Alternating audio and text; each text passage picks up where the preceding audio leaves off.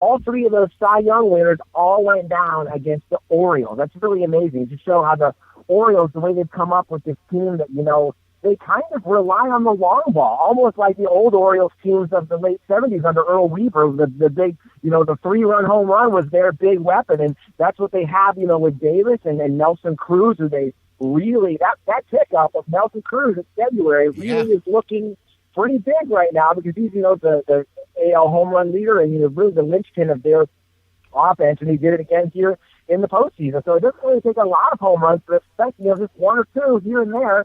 And that's what's worked out for them. It also worked out for the Royals, the way Eric Hosmer and Mike Holmgren with a couple of home runs each. And, in these, most of these games have really been pretty tight. Yeah, absolutely. A couple of big scoring games too. But yeah, absolutely. Like that final with Detroit, 2-1 there is Baltimore took care of them. It's going to be interesting. You mentioned, and we've brought this up. I think I mentioned it yesterday with Baltimore and Kansas City.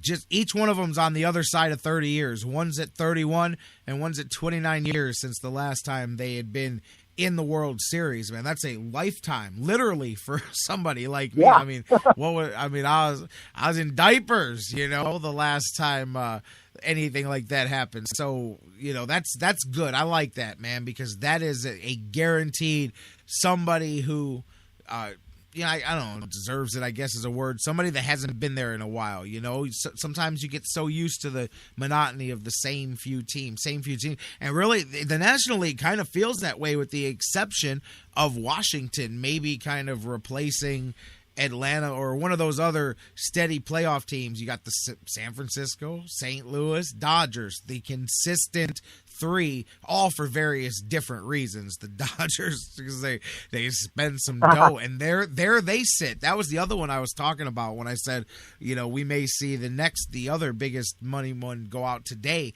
depending on what St. Louis could do, as they grabbed the lead in that series yesterday, and now they look to finish things off here. See if what do you think? Do the Dodgers take that to 5? Both of those series, you think they go to 5, or how do you see the National League Division Series here finishing off? Well, starting with the Dodgers, I think the Dodgers are going to win tonight, and I think they're going to win Thursday. This is really pretty much put up or shut up time for Clayton Kershaw because, of course, he lost that big lead in Game 1, and even going back to last year, he was kind of the GOAT against the Cardinals in the NLCS. So he's really got a lot of redemption coming up against him, and so it's a situation where you've got to pitch him on short rest because you just can't lose that game and have Kershaw just sitting there. You've got to try throwing him out there. And he is actually 2-0 in these kind of situations. So he's done it before. He's succeeded before. I think that Kershaw is going to come through and even up this series tonight. And then I think it's going to come down to the Dodgers just having too much offense. I mean, they really have a lot of weapons. I think they're going to win Game 5. So I have the Dodgers winning these next two games. I think they're going to go on to the next round.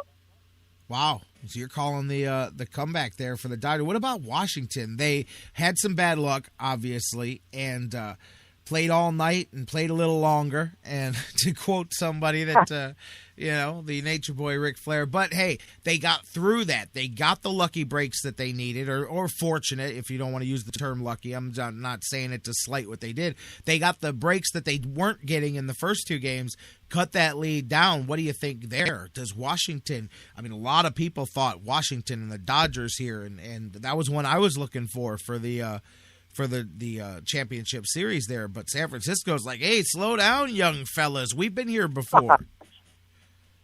Yes, that's right. I think that's really the key there. The Giants have been there before. I really like the Nationals. I think that you talked about the Braves being there year after year. I think the Nationals are going to be there year after year. Of course, they were there in 2012 when everybody was singing Take On Me, and they didn't make it last year, but they came back, and, this team is so good and so young, and they've got such great pitching. I think the Nationals are going to really be a perennial playoff team, and I think they'll go all the way one of these days, but I don't think this is their year because I think they still have a lot of guys who really haven't cut their teeth very much in the postseason. And, of course, the Giants, they've got a ton of postseason experience, and they've got guys who've been there, they've been through the grind, and, again, surviving that 18-inning game.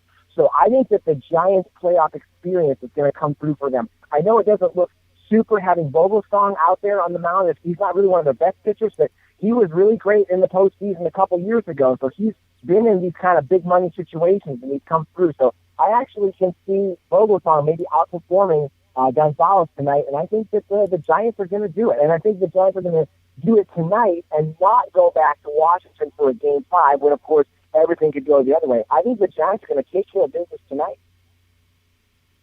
I don't know, Dan Wismar and I have different feelings about the Giants. I don't know. I got a partial spot for the Giants. I don't know, maybe because they've been there. He just wanted to see somebody new in Washington. But I agree with you, man. That Washington team it's not a one-year wonder. They're going to be around. They've got the core of a team.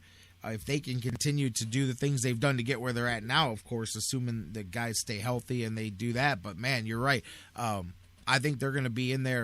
They've got some time, man. They got a window of opportunity to use those general manager terms that they like to use so much. Washington's is wide open here for the next few years. But, with such a successful regular season, they had their hopes set pretty high here. And I think they would be disappointed going out here where they did. But we'll see, man. We'll see how it plays out. And here we sit, man, a week plus removed from the end of the Indian season. As I said at the beginning, watching the playoffs here stings a little bit just because I go, man, I think the Indians had the pitching to be right in this thing, man. They could have followed the Kansas City formula, man.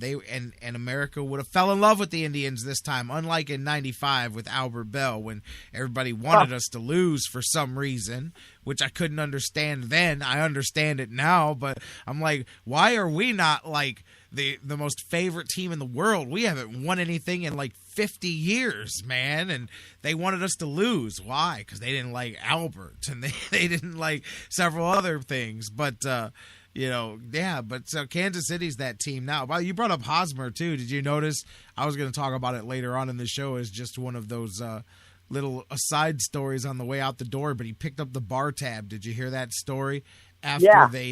After they clinched the series, they all went out, and he, I think it was about $15,000 was the total. He just paid for the last hour, paid for about $3,000 in people's drinks and about $12,000 in food. I thought, man, they're pretty excited. But he tweeted it out. He said, "Hey, come on down and join us, man." And so a lot of people had a good time that night partying with the Royals. Well, you know what? If the Royals end up winning the World Series, it's all going to come back to Hosmer because he's not going to have to pay for a drink in that town for the rest of his life.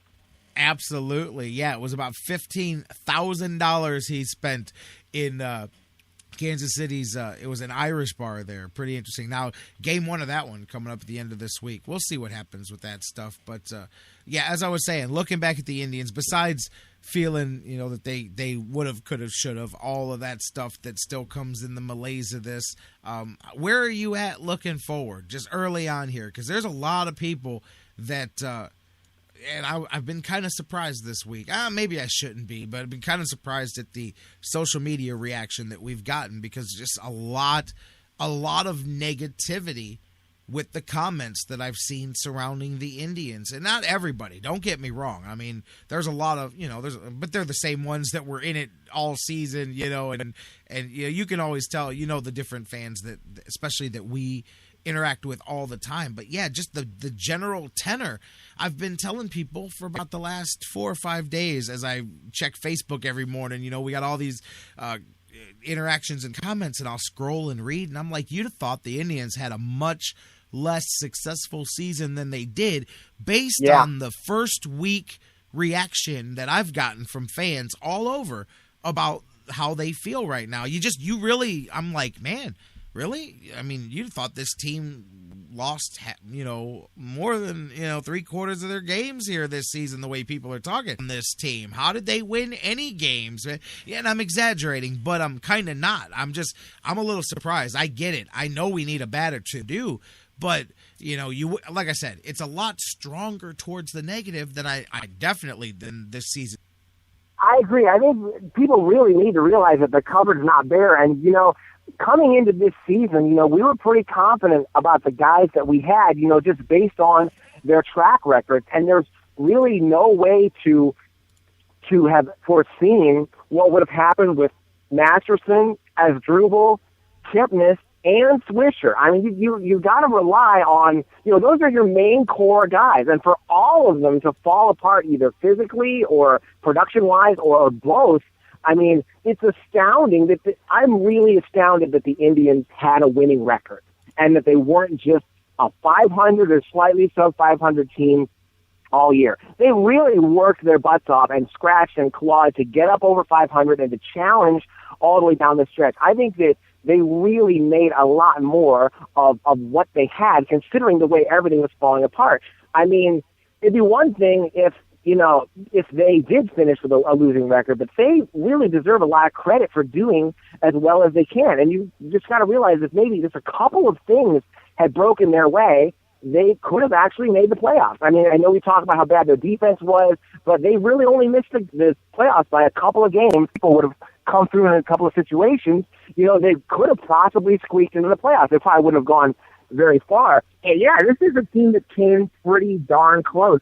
And I think that what has to happen in the future is I think that the Indians need to obviously add to hitting and whether it be through free agency or trades, but they might need to kind of break open the money a little bit more. I know that's very easy for me to say, to spend somebody else's money, but I think that, teams like Baltimore showed that, if you spend money in the right place, you spend, a lot of money on maybe just one or two players, I think you have a better chance of success at taking a flyer on a bunch of free agents who kind of did well a couple of years ago, and let's hope that they have a big year this year. I really don't think that strategy worked out. I think if you make one or two really concentrated, signings, possibly spending a little bit of money, that's what you've got to do, because that's how Baltimore specifically was able to get up over that hump by kind of elevating themselves, like you said, to a little bit of a higher bracket. And you've got to take advantage of it once you've got all these other pieces that are ready to go to the playoffs.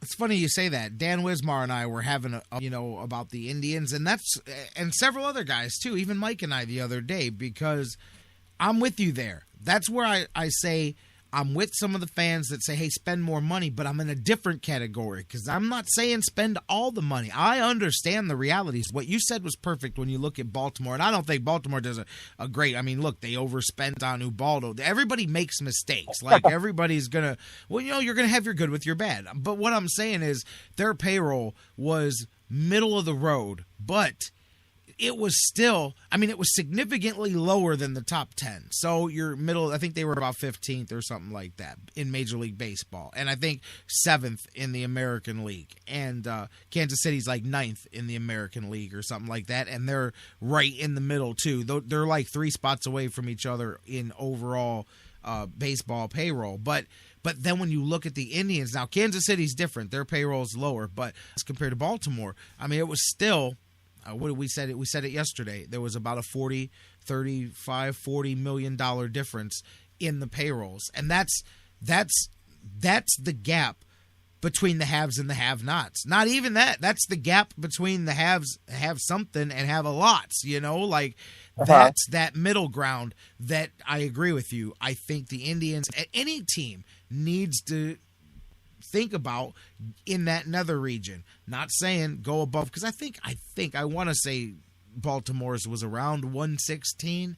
I could be wrong, but it sounds like what I remember from yesterday. I could pull it back up here. It was about 116 million, and the Indians was at like 82 when they started the season, and actually probably ended up lower than that because they making some of those trades. Well, no, they had to pay those guys, so it probably evened out. But no more than 85. Absolutely no more than 85 was what they spent. So it's still $32 million difference between the two. And all I'm saying, and I'm not telling the Dolans to go spend that money. I'm not.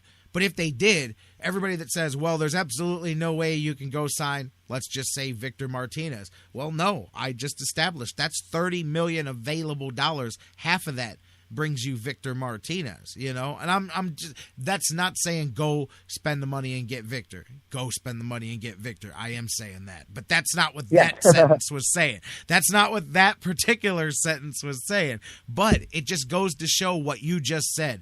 That's that 20 to $30 million nether region, like I'm kind of referring to it, that could be the difference maker for a team that's as talented in some of the places that the Indians are, preferably pitching, the things that'll get it to the postseason. Right, and you basically have to understand where your team is. Are they on the upswing? Are they in the downswing? I understand when you're rebuilding and you're getting rid